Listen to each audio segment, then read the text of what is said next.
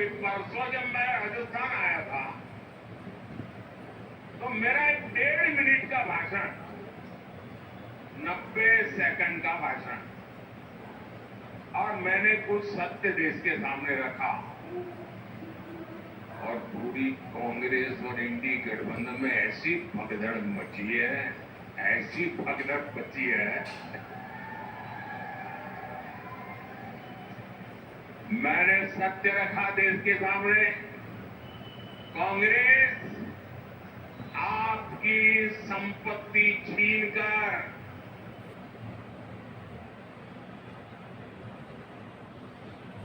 उनके खास लोगों को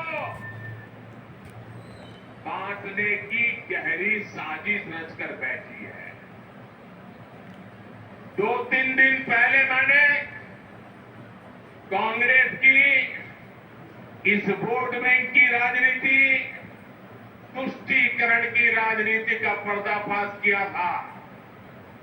इससे कांग्रेस और उसको सिस्टम में उनको इतनी मिर्ची लगी है, इतनी मिर्ची लगी है कि वो हर तरफ गालियां देने में टूट पड़े। जो आए वो मोदी को गाली दे रहा है।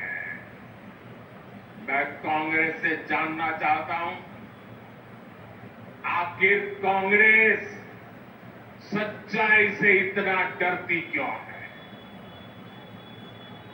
कांग्रेस क्यों अपने नीतियों को ऐसे छिपाने में लगी है? जब आपने नीति बनाई है, निर्णय लिया है, तो अब जब मोदी जी ने खुल करके राज रख दिया, आपका हिडन एजेंडा बाहर आ गया, तो अब कांप रहे हो? अरे हिम्मत है तो स्वीकार करो, हम आपसे मुकाबला करने के लिए तैयार हैं। तो सुना आपने प्रधानमंत्री ने क्या कुछ कहा। इसके अलावा उन्होंने आरोप लगाया कि कांग्रेस राज में हनुमान चालीसा पढ़ना गुनाह है और आगे उन्होंने कहा कि धर्म के आधार पर आरक्षण नहीं देने देंगे। साथियों, आज हनुमान जयंती पर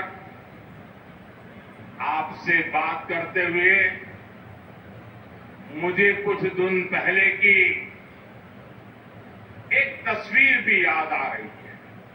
हो सकता है आप में से बहुतों तक ये खबर नहीं पहुंची होगी। मीडिया का काम था ये बात पहुंचाए, लेकिन नहीं पहुंचाई होगी। वो तस्वीर है कांग्रेस के शासन वाले कर्नाटका की। कुछ दिन पहले वहां एक छोटा दुकानदार, उसको सिर्फ इसलिए बुरी तरह से पीटा गया, लहूलुहान कर दिया गया, क्योंकि वो अपनी दुकान में बैठे बैठे हनुमान चालीसा सुन रहा था। ये कांग्रेस की कर्नाटका की सरकार का काम देखिए। अपनी छोटी सी दुकान में एक गरीब आदमी भक्ति भाव से प्रभु हनुमान जी का स्मरण करते हुए हनुमान चालीसा सुन रहा था, उसको लहूलुहान कर दिया गया। आप कल्पना कर सकते हैं, कांग्रेस के राज में हनुमान चालीसा सुनना भी गुनाह हो जाता है। कांग्रेस पार्टी ने संविधान के साथ, बाबा साहब आंबेडकर के दिए हुए संविधान के साथ किस प्रकार से खिलवाड़ करने की कोशिश की। इस देश के लिए जब संविधान बना तब धर्म के आधार पर आरक्षण का घोर विरोध हुआ था, ताकि हमारे एससी, एसटी, ओबीसी समुदाय को सुरक्षा मिलती रहे। लेकिन उन्होंने, मनमोहन सिंह जी ने भाषण किया था और उस सभा में मैं मौजूद था मुख्यमंत्री के नाते, मुस्लिमों का देश के संसाधनों पर पहला हक है, ये मनमोहन जी का बयान है। और ये संयोग नहीं था और ये अकेला बयान नहीं था। कांग्रेस पार्टी की सोच सांसें तुष्टीकरण की रही है, वोट बैंक की राजनीति की रही है। चलिए अब आपको दिखाते हैं पोल के बोल।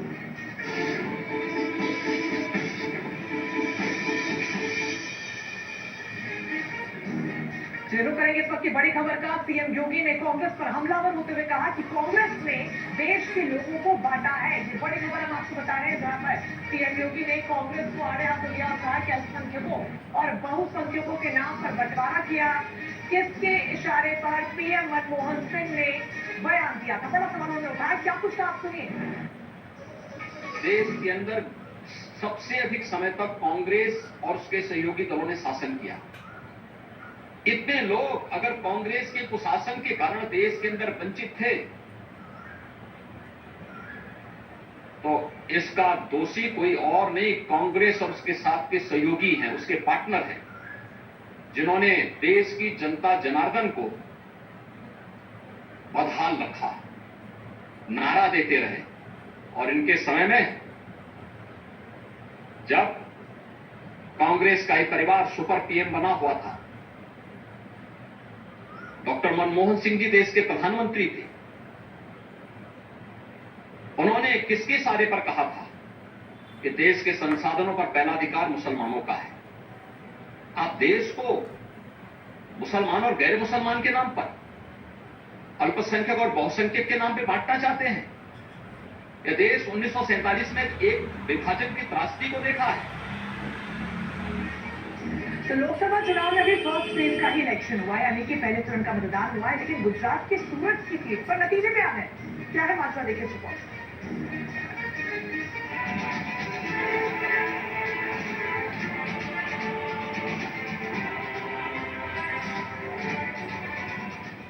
न वोट पड़े, न हुआ मतदान। नेताजी के सामने नहीं था एक भी नाम।